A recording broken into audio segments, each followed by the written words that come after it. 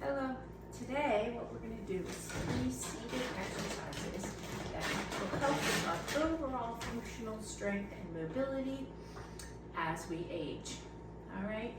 So the first one is very, very simple.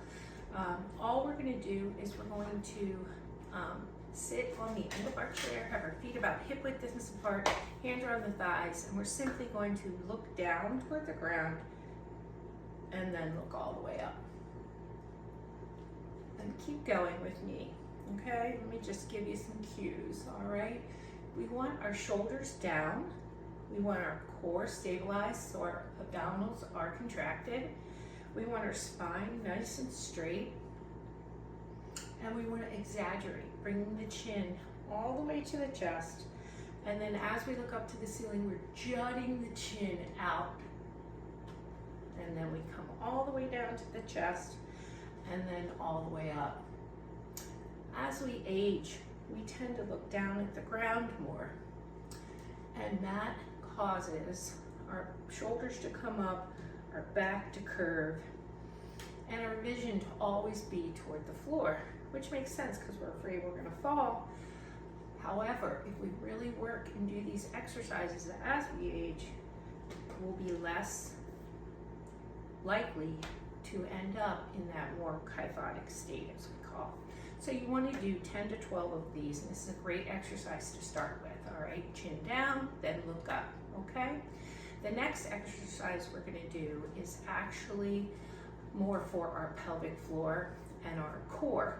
So the way that we use our abdominals for stabilization is extreme. And what I mean by that is we use it all the time in pretty much everything we do. And again, as we age, we lose strength in the middle of our body. So one of the things we need to do is we need to strengthen it, all right? And a lot of energy and movement generates from our pelvic floor and our abdominals. So I'm actually going to make sure so you can see. This is an exaggerated movement. So I walk my feet out a little bit. They're hip width distance apart. My hands are on my thighs. And what we're going to do, you may want to watch me do this one time, but you're going to lean back almost to the point where you're going to touch the chair. Your core engages. You can feel that, all right? My spine is straight. My head's in line with my spine. I can feel my abdominals tightening to hold me, prevent me from slamming into the back of the chair, okay? Now, what I want to do is I want to lift myself forward, and I'm going to do that first by squeezing my abdominals even more and then pressing my tush into the chair and lifting me up. So you're engaging the pelvic floor region to lift you forward. So again, you lean back, don't touch the chair all the way, contract the abdominals, press into the chair with your tush, and lift yourself up. It's a very small, specific movement, but it really helps strengthen that area that we lose strength in as we get older. And the next movement that we're going to do utilizes this skill. So I'm going to do 2 more with you, okay? You're leaning back, contract the core, press into the chair, sit up tall. And then you do that again. Lean back to the chair, don't touch the back though, okay? Then contract your core even more, your abdominals, press into the chair with your tush, and lift forward, all right? So you want to do about 10 or 12 of them, okay? So we started with the chin down, looking up, and then we engaged our pelvic floor and our abdominals to help strengthen that area. The last one is called a sit to stand.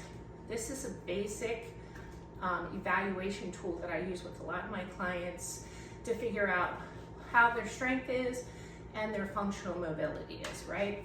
So I don't have a chair with arms, but you could use arms to help you in the beginning stand up, all right? What you want to get to is the point where your feet are about hip width distance apart, a little wider, like mine. You're going to cross your arms over your chest. And then this is where that pelvic tilt engagement in the abdominals comes into play.